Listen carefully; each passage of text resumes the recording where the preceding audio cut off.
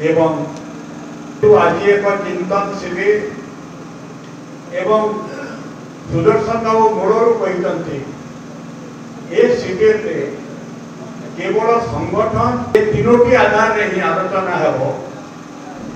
मु अन्य कोनोसी तात्विक मान को तांकर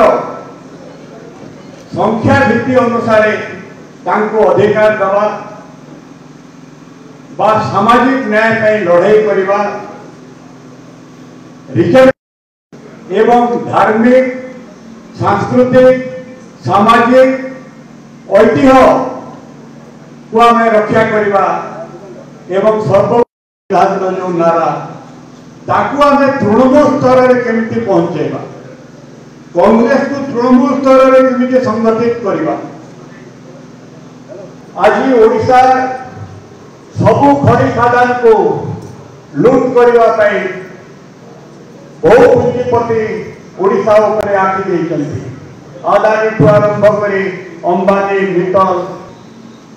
खड़ी खादान लूट करेंगे परिवेश नष्ट करेंगे नीतिगत दृष्टि क्षमता समस्त समर्थन ताको देवे ता बदल में जमी नियमगिरी कथा जयदेव बाबू कहते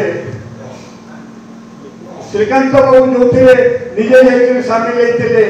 एवं राहुल गांधी आसिक तुम सिपाही